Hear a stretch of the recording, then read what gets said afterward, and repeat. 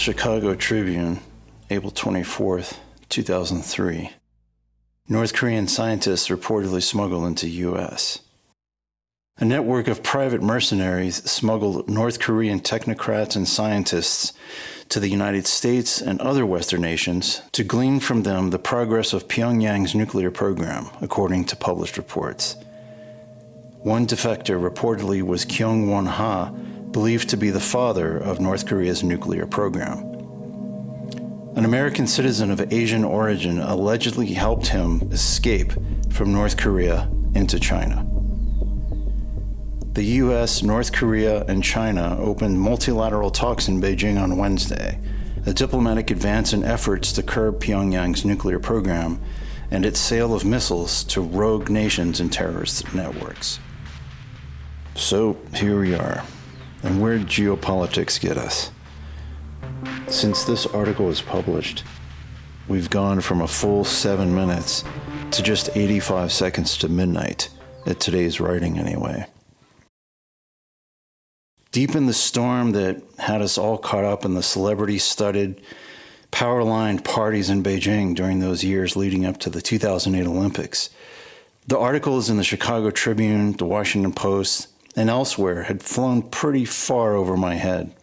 But the articles never mentioned that in a seedy, smoke-filled expat popular bar in Shenyang, China, I'd made friends with an American citizen of Asian origin, a fellow New Yorker, in fact, and his role in smuggling a defecting North Korean intelligence asset was confirmed by a source at the U.S. Embassy when I reported him missing.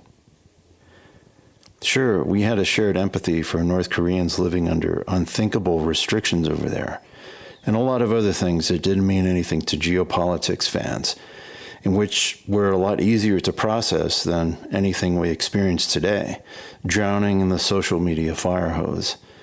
Carnage makes daily encroachments, reported in the same breath as the weather, leaving all the flailing emotions and outrage to be channeled, monetized, then burned out. All that's left is our own experience, relationships, which is where any real battles are won anyway. Dashiell Hammett got to me early. I was 13 when the Continental Op dealt me into detective fiction, and I never quite left the table. Maybe it was the viscerality of the lingo, or that the questions always drew me in more than the answers. And all the while there was also China, one big question all by itself, which was the most isolated, distant place in the universe that could still be investigated, at least for a teenager growing up in New York City in the 80s. The students sitting outside the UN that day in 1989 reluctantly let me photograph them, protesting the Tiananmen Square massacre. Their real presence was a welcome salve to Hollywood myth and propaganda from both sides of the bamboo curtain.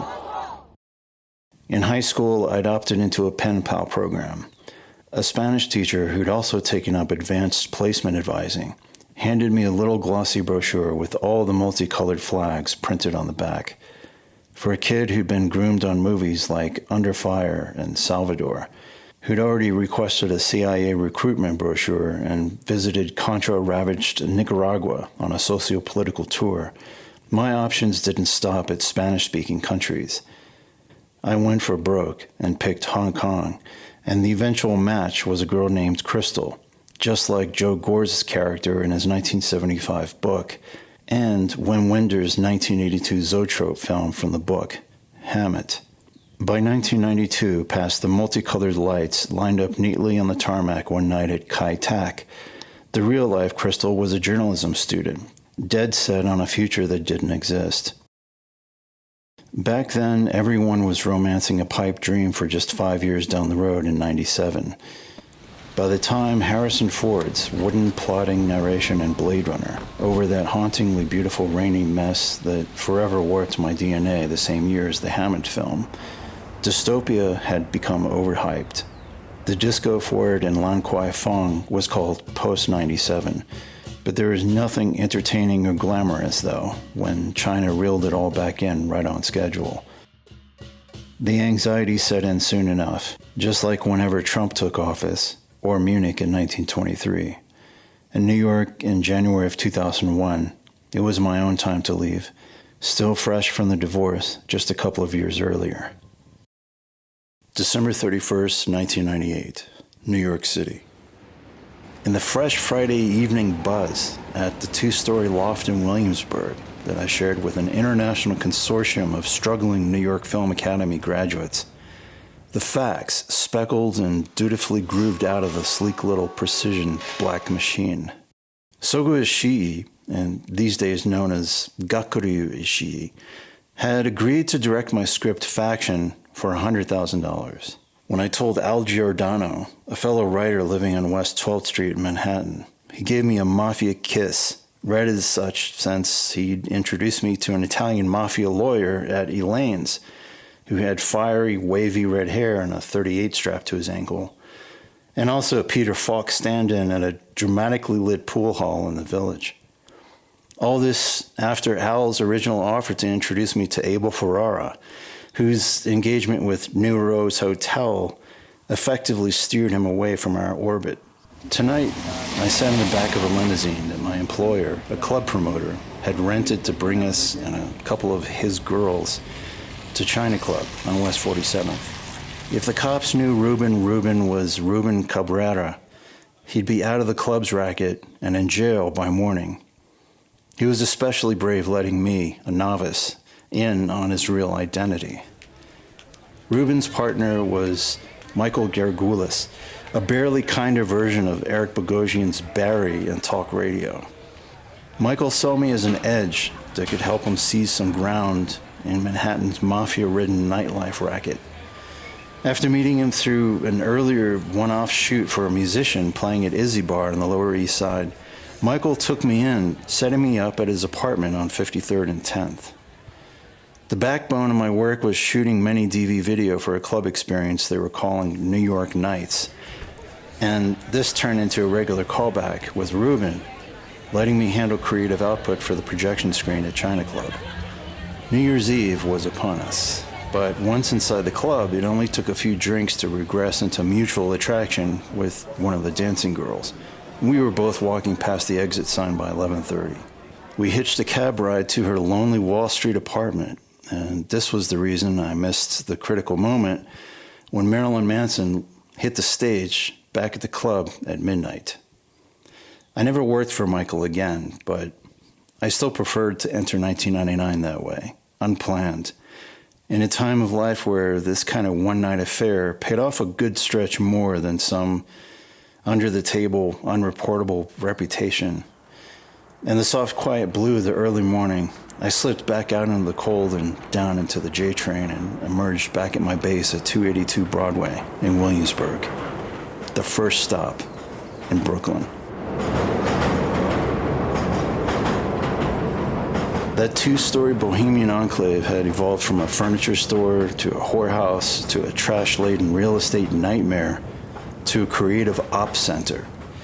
The film graduates were all from Japan, Spain, Portugal, Chile, Malaysia, China, and Queens. The cross-pollination was constant, fertilized by sugar and coffee from the bodega downstairs. My first film was just one of many byproducts. A lot of our conversations at the first floor wooden dining room table veered casually into current events, driven by some article we'd seen in the papers, still at a pace of information processing that was pleasantly far in advance of the social media firestorm we have to endure today. On one of my many expeditions out to the Lower East Side and West 4th, I wandered into an after-hours bar and met a short-haired beauty trying unsuccessfully to offset her model looks with this punk-worn white tee and rolled-up jeans, who spoke in a soft, perfectly commercial sexy voice with perfect diction, made for radio. Where am I from? Really? She downed the shot I just bought her like it was a goodbye. She smiled instead, decided to see how far this would go. Well, my parents are from Incheon. How about you? She wanted another meeting and wrote down her number on paper on the back of a bar receipt. Anyone with experience is going to know that this never worked out. Being the poor, starving artist on a perpetual hunt for side hustles, I was in no condition to take on a woman. But the aesthetic stuck on me like a consolation prize that fed into a new idea for a film, in perfect sync and adding to existing momentum from New York Times articles talking about Chinese espionage and North Korean nuclear missiles. I finally settled on a yarn about a Japanese eco-terrorist group looking for revenge against guys who kidnapped a 6-year-old girl in 1980 for experimentation, and who by now had advanced far into the mind control phase of national security. Who did I know who was Japanese and plugged in as an artist who might know the right people? I started with my first serious girlfriend, who was now back at home with her new family in Nagoya. Clueless newbie schlub that I was, I moved past her surprise at hearing from me and the question, "How long have you been working for the FBI?" I asked if she knew any Japanese actors in New York. There was one, Kenji Nakano. We connected heartily, and he proceeded to lead me into a series of more introductions. One of them led me to a screening for Bang, the indie miracle from Sacha Baron Cohen's cousin, Ash, and a meeting with the lead actress, Darling Narita, whose mother I had already encountered at an exhibition of my Nicaragua photographs back at Syracuse University. Nicaragua was just one piece of why I ended up telling the story. Sitting down with Darling at the after party, there was something else in the way, maybe the wariness of a first-timer in the presence of some shade of stardom that still couldn't outshine my reference of having met her mother. Then there was Shauna, a Japanese-American actor whose lunch meeting with her agent brought up Gus Van Sant as director. But this time it was first-timer wariness that got to me, and the chemistry just didn't ignite. Kenji didn't relent, though, and one of his other friends, a strict vegetarian with a penchant for celibacy that would make most monks jealous, most known in Japan in the 80s as a Japanese David Cassidy, proceeded to connect me with Eiko Ishioka. Eiko interpreted the script as an extremely commercial enterprise. I'd give her full creative control, but her Oscar status dictated too many distractions that made realization just impossible. Her inclination to use Pat Metheny, whose This Is Not America ballad with David Bowie still resonates even stronger today, was definitely a sorely missed call. In the course of this process, another Japanese actress, Kimi Suzuki, turned up through another one of Kenji's introductions, Shiro Yamashita, who was then studying in NYU's film program. Shiro invited Kimi to a party he threw in his small 8th Street apartment and introduced us. While not as heavyweight as I'd been hoping for, she did end up shortly afterward playing a prostitute in Abel Ferrara's New Rose Hotel, with Willem Dafoe and Christopher Walken in the same movie based on a William Gibson short story that first appeared in July 1984 Omni magazine.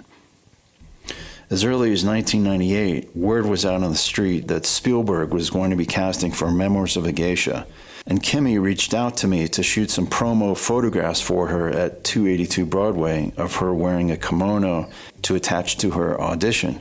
Needless to say, she didn't make it, though I did end up handing another script to the actress who was finally selected, Zhang Ziyi, in Beijing a few years later.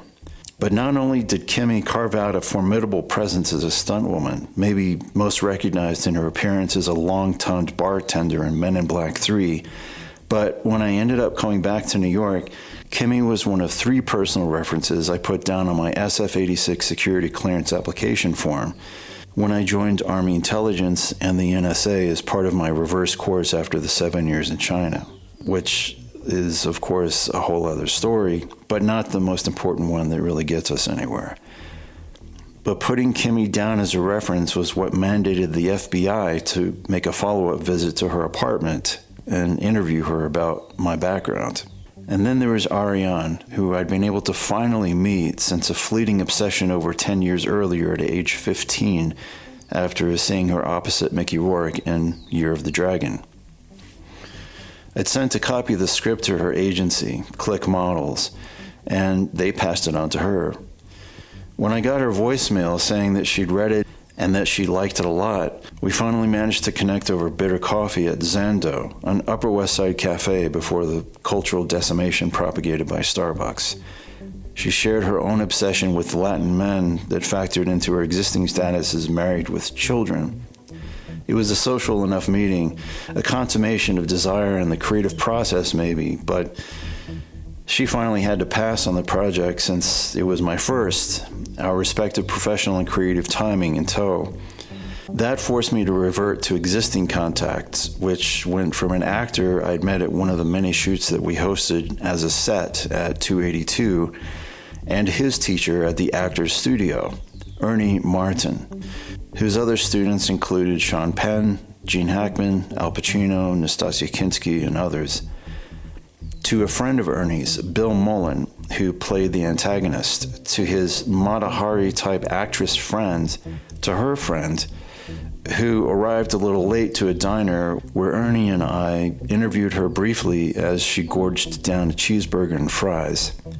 Although she had the look and vibe of the character that I already imagined, Ernie was insistent that models don't make good actresses, and that she'd probably been in regular cocaine-fueled digression.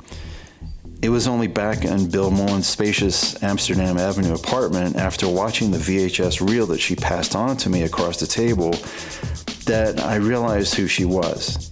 I'd never had my jaw spontaneously dislocate and fall to the floor that fast. True to the script, the final digital video art piece was finally anchored down heavily by the female lead, the world's second biggest Asian supermodel, whose last appearance was in a film with Keanu Reeves and Al Pacino. A week after we finished shooting in July 1999, I was already moved in with her, ready to quit Ruben, who, in spite of my falling out with Michael, called me to come in for one more night. The new girlfriend called up a Japanese fan in her entourage named Eri, and the three of us took once more to China Club. Ruben had survived my incompatibility with Michael due to my incompatibility with cocaine.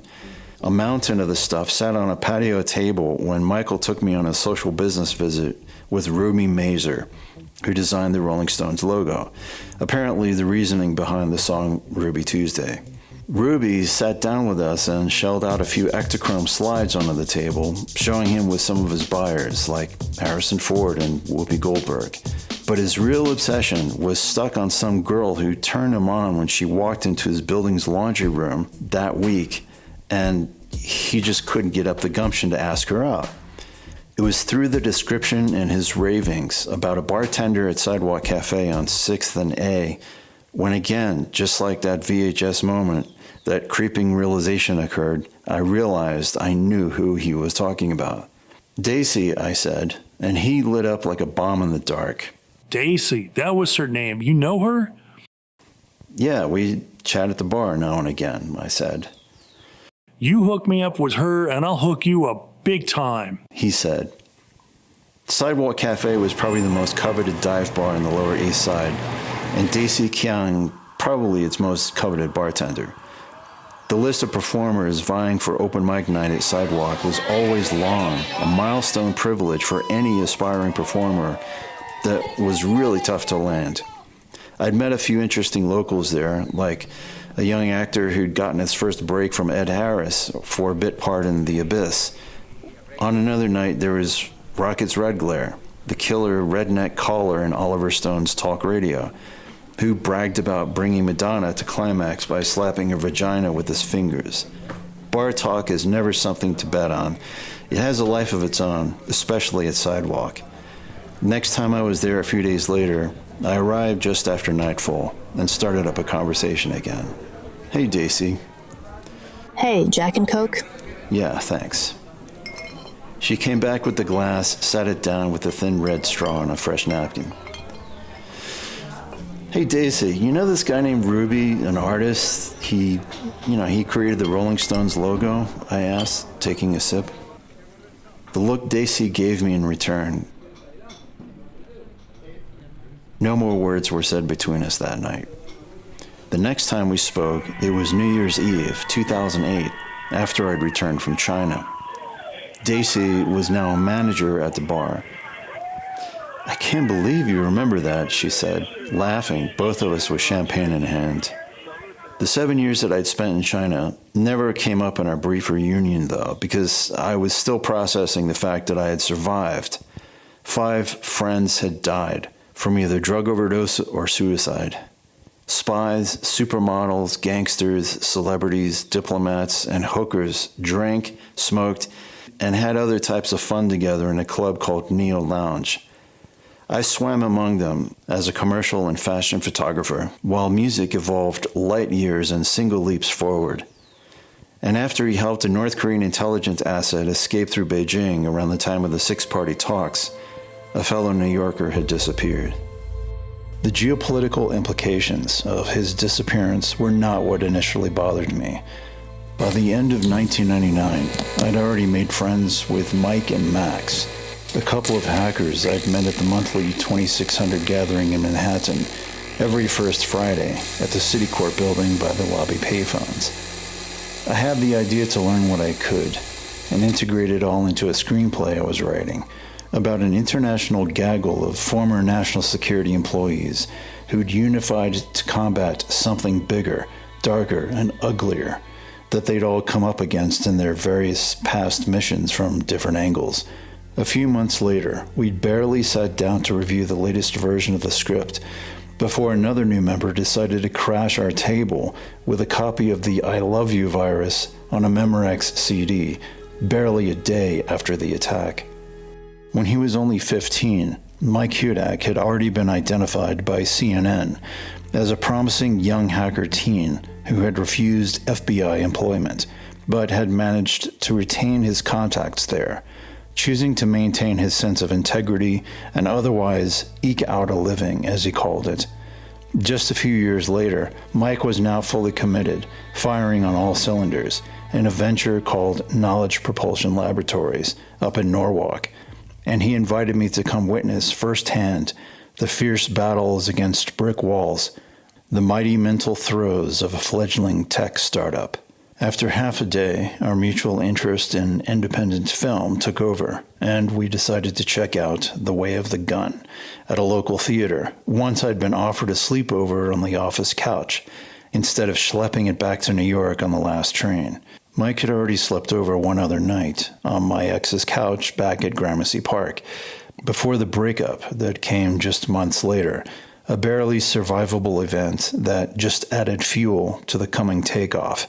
And by the next morning, over a coffee and bagels at a small cafe near the train station, I'd let Mike in on my decision to finally venture out to China, to finally live out a dream to vanquish the last great mystery that lay ahead, a dream I'd held for over a decade, but never really had the chance to fulfill until now.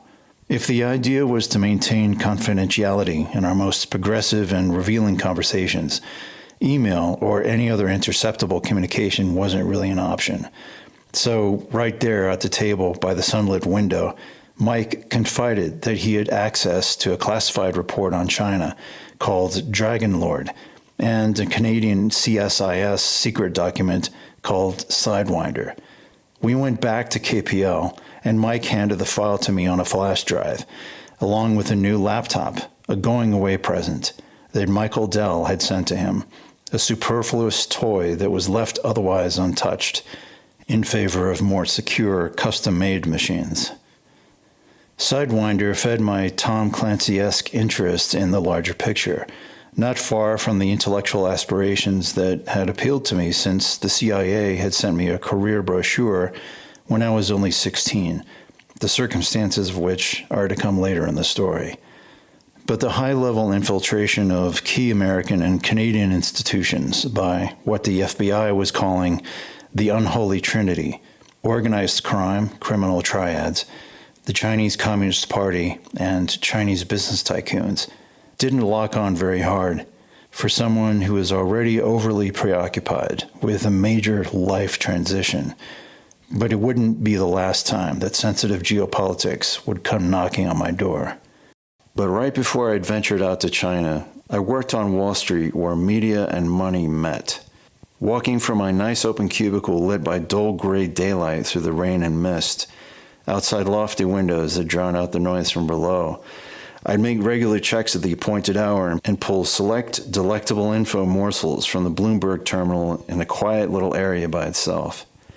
After about an hour, I'd have the day's rundown ready for JP Morgan's intranet, deciding what news people at work would see and what they wouldn't see, dropping quick sell blurbs across the headlines page. It was a break from the usual supermodel girlfriend who complained on the regular she could never land a leg up from the movie she'd done with Pacino more than a year ago. But this was New York, where attention spans had long caught up with MTV. If you'd already had 5 minutes of fame as just a day player, you weren't going to gain any more critical mass and would have to make room for everyone else. She came back from the Hennessy shoot with the makeup still on, worth every cent they paid. After all the bickering between the art director, the client, and the agency, it was the photographer who laid it down pretty hard as to what the shot was going to be, she said. That night, as I watched Eyes Wide Shut with her in her Gramercy Park apartment, I kept the aching awkwardness of the pot-sparked argument scene to myself. It felt like it was written as a perfect setup for everything else that happened in the story. And the familiarity of that flavor of conflict DNA, the way arguments tended to emerge and evolve into out-of-control self-inflictions, resonated just ruthlessly. It was only months before our own final verdict came down hard, the breakup. Since commanding that scene with Pacino and Reeves, she never lost the ability to wield that kind of power on such a careless whim, now back on full global public display, and the Hennessy ads on phone booths and billboards. In the shot, the two models each had a label. One was labeled vegetarian, and the other was labeled man-eater. I don't have to tell you the label they stuck on her. It all seemed almost a supernatural mandate that I now had to memorialize with a bottom line that I also learned a lesson, that I too was lucky to be alive. I had survived. And that I too had to tell the world how. Ever since I first picked up a camera with serious intentions, all I ever wanted was a muse, someone who could help both creatively and in the relationship department at the same time. I mean, what could be more perfect? Wake up with someone who understands the obsession you've been self-medicating with, the coping mechanism that so perfectly helped you process the mess of not just one, but 2 parental divorces, and also all the mess and confusion of New York City. Photography only requires one other person, the subject. And what better subject than one you can collaboratively pursue ultimate beauty with? Ultimate beauty is subjective, sure. But what else were all those images I grew up with on the pages of Rolling Stone magazine really about? Herb Ritts, Annie Leibovitz, Bruce Weber. Hell, just walking around on the streets of New York every day as a teenager was enough to get inundated by commercial beauty. And if all beauty is in the eye of the beholder, then what is commercial beauty, you might ask? And the answer to that is, commercial beauty is always in the eye of the photographer. December 29th, 1997, Chelsea Hotel, 23rd and 7th, 6:42 a.m.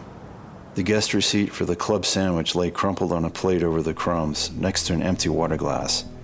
I sat on the end of the unkempt bed, lost in thought, as the soft quiet blue of the early morning made the invisible weight of post-sex suspense in the room just a little bit lighter. The limber body with long black hair lay naked and still, with her eyes open, trapped in her own kind of limbo. The future had taken root in the present, but we'd moved too fast for feelings, and then our choices got buried in the noise of money and our 9-to-5s the very next Monday. She finally slid out of bed, pulled on the bottom half of cotton long underwear, drew up a chair from the desk across from the bed, and sat down to look at me directly, eye to eye. The memory is now a dream so many years later, speaking from another dimension, eye to eye with the ex of superhuman beauty, now even more seasoned after the life of a spinster for so many years, manifesting with an oriental carpeted tea room, lived in and ornate. She puts her hands on my face, framing it, her eyes doing all the talking. Malaysia Airlines Staff Hotel, Subang Airport, Malaysia, October 2nd, 2008. I woke up in my Subang Airport staff hotel room arranged for me by my current client, Malaysia Airlines, snapped back into the present. I just finished a month of production, giving them the visual collateral they needed for their boutique twin-prop ATR 500 operation called Firefly.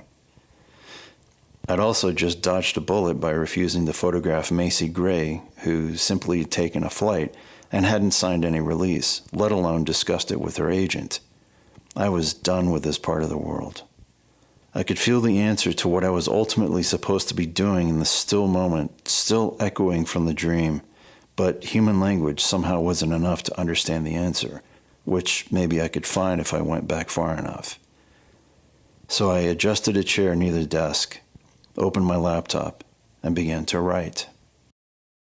As the years pile on, the dichotomy between forms of pure musical energy that tend to unify us versus the proliferation of tools for our own destruction becomes more apparent.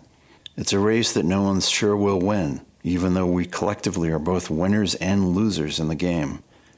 Carl Sagan referenced the Drake equation, technological adolescence, or it could be just dumb luck.